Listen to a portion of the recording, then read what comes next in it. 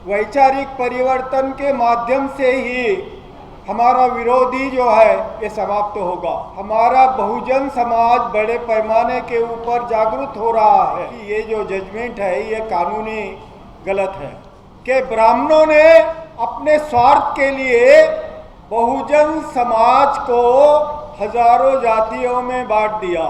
एक सेठजी भटजी जिसको हम ब्राह्मण बनिया कहते हैं और दूसरा शूद्र अति शूद्र जिसको हम आज बहुजन समाज कहते हैं। ये दो वर्ग बनाकर महात्मा फुले ने इस ऊंच नीचता की सामाजिक व्यवस्था के ऊपर तोड़ दिया, उसको जख्मी किया। इसलिए हमारा जो विरोधी है वो घबरा गया है, लेकिन हमको डरा रहा है। ये जो वैचारिक परिवर्तन जो निरंतर चल रहा है, तो ये बहुजन समाज के लिए एक बड़ी बात है, क्योंकि वैचारिक परिवर्तन के माध्यम से ही हमारा विरोधी जो है ये समाप्त होगा, अन्यथा मुश्किल बात है। तो इसलिए जो ये निरंतर वैचारिक परिवर्तन हो रहा है, इसलिए हमारा बहुजन समाज बड़े पैमाने के ऊपर जागरूक हो रहा है। अभी इधर वर्गीकरण की बात आई है, तो मैं कहना चाहूँगा कि जो 1 अगस्त को सुप्रीम कोर्ट का जजमेंट आया वो कानूनी गलत है। इसलिए गलत है कि इसके पहले 9 जजेस के बेंच ने एससी और एसटी को अलग रखते हुए उन्होंने जजमेंट दिया है, क्योंकि ये मुद्दा उस जजमेंट में आया था। तो जस्टिस जीवन रेड्डी जो 9 बेंच का जो लीड कर रहे थे, तो उन्होंने खुद होकर एससी और एसटी को अलग रखा। तो इसलिए अभी जो 7 जजेस का बेंच था, तो वो 9 जजेस के बेंच को जो है जजमेंट को ओवर रूल नहीं कर सकता। तो इसलिए मैंने ये बात आपके सामने रखी है कि ये जो जजमेंट है ये कानूनी गलत है। तो कोई बात नहीं, हम वर्गीकरण की बात को लेकर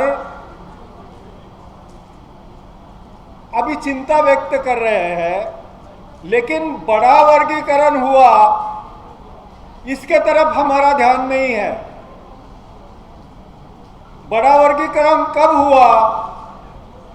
ये महात्मा फुले इन्होंने अपने गुलामगिरी किताब में लिखा है, प्रस्तावना में, कि ब्राह्मणों ने अपने स्वार्थ के लिए बहुजन समाज को हजारों जातियों में बांट दिया और ये इकट्ठा ना आए, इसलिए इनमें आपसी द्वेष की भावना पैदा की। तो ये वर्गीकरण के ऊपर हमारा कोई ध्यान नहीं है। लेकिन मैं आपको बताना चाहूँगा कि पिछले 50 साल से इस वर्गीकरण को खत्म करने के लिए हम प्रयास कर रहे हैं। और इससे बड़ी बात मैं आपको बता दूं कि महात्मा फुले, इनको बाबा साहब डॉक्टर अंबेडकर इन्होंने अपना गुरु क्यों माना? क्या बात रही?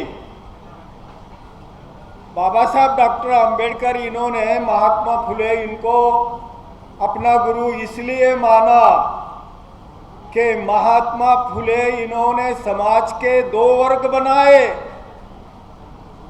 एक सेठजी भटजी जिसको हम ब्राह्मण बनिया कहते हैं और दूसरा शूद्र अतिशूद्र जिसको हम आज बहुजन समाज कहते हैं।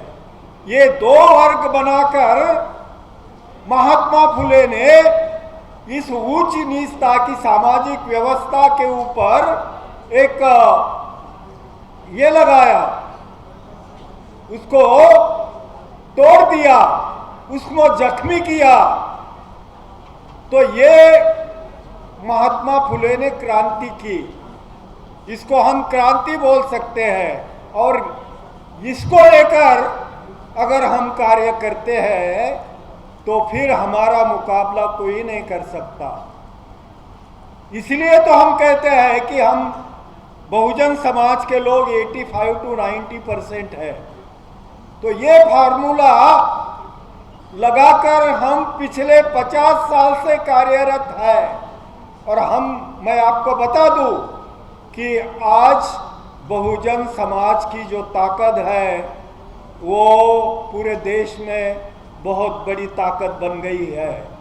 इसलिए हमारा जो विरोधी है वो घबरा गया है, और वो घबरा गया है लेकिन हमको डरा रहा है और हम भी डर रहे हैं। एक बात समझ लेना बहुत जरूरी है कि बहुजन समाज बड़े पैमाने के ऊपर देश भर में संगठित हो रहा है।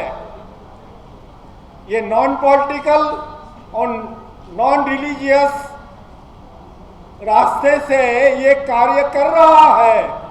नेशनल दस्तक की आपसे गुजारिश है कि अगर इसको बचाना चाहते हैं तो नेशनल दस्तक को सब्सक्राइब करने के लिए रेड कलर के सब्सक्राइब बटन को दबाएं, फिर बेल आइकन की घंटी दबाएं। नेशनल दस्तक को बचाने के लिए बहुत जरूरी है कि हर खबर को शेयर करें, लाइक करें, कमेंट जरूर करें।